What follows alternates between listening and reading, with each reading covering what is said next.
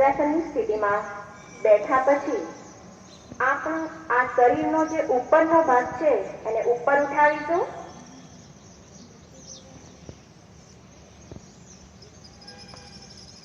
ઘૂંટણ ઉપર બેસીશું. ત્યાર પછી કમરના ભાગમાં ટેકો આપીશું. ધીરે રહીને પાછળ ઝૂકીશું.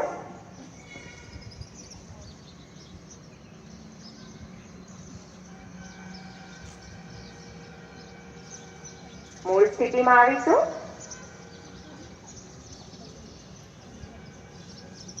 ધીરે રહીને ફરીથી વજ્રાસનમાં બેસી જઈશું.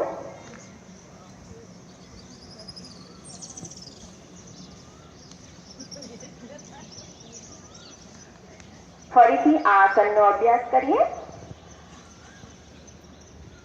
ઘૂંટણા ઉપર ઊભા થઈશું.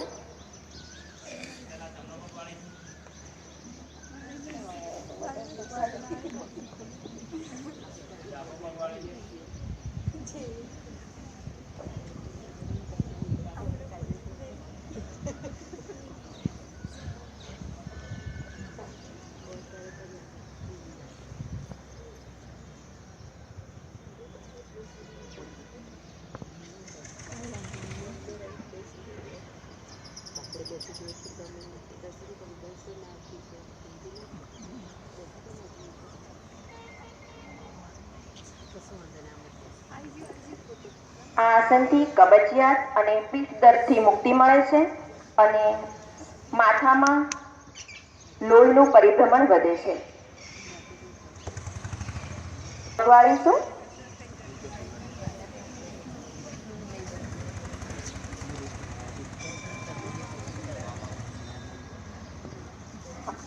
હાથને ધીરે રહીને ઉપર લઈ જઈશું. શ્વાસ ભરતા ભરતા હાથને ઉપર લઈ જઈશું. હવે ધીરે રહીને શ્વાસ છોડતા છોડતા હાથને જમીનને ટચ કરીશું. હાથથી જમીનને ટચ કરીશું. હાથ બિલકુલ આખો જ હાથ જમીનને ટચ થાય એ રીતે નમવાનું છે. ખભાથી છેક સુધીનો હાથ.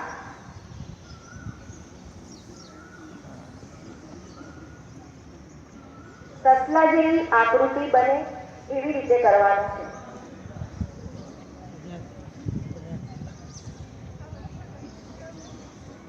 ધીરે રહીને શ્વાસ છોડતા છોડતા મૂળ સ્થિતિમાં આવીશું.